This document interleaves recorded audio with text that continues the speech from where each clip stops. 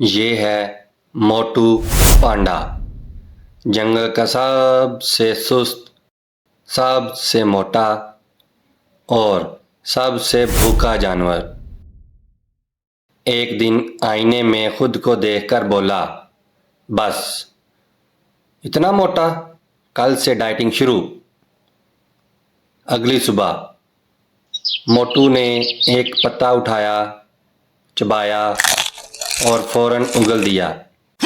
ये क्या है यार, ये तो गाय भी नहीं खाएगी। तभी पास से एक बंदर गुजरा, हाथ में चॉकलेट केक। मोटू पांडा की आंखें फैल गईं और होंठ कांपने लगे। ओ भाई, एक सेकंड, बस सूंघने दे, कसम से नहीं चाटूंगा।